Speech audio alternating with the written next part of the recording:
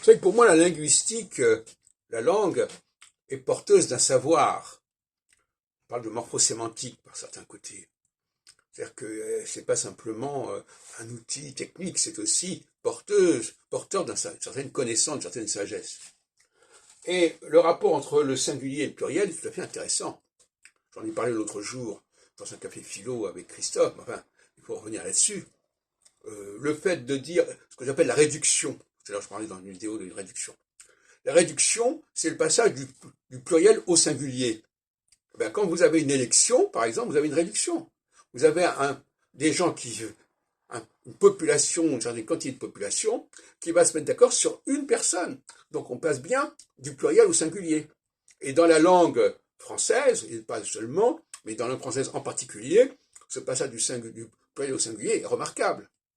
C'est-à-dire que le singulier, c'est une réduction. Par exemple, si je dis ils peuvent, c'est un pluriel. Mais si je dis il peut, c'est un singulier. Et il peut, c'est beaucoup plus court que ils peuvent, par exemple. Voilà. Donc il y a une leçon philosophique dans la langue française, dans la grammaire, dans la morphologie de la langue, qui est tout à fait importante et qui vaut également aussi pour le rapport entre le féminin et le masculin, sur lequel on pourrait parler. Il est faux de dire qu'on passe du masculin au féminin. Il y a la réduction se fait du féminin vers le masculin. Donc le féminin, c'est le matériau premier. Je dis par exemple,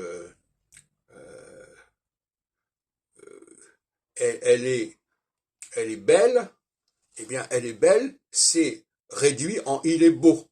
C'est-à-dire que le L devient U. Donc c'est réduit. De même que le pluriel de tous les mots pluriels en AUX deviennent AL en français. Bon. Sauf erreur, bien sûr, sauf exception.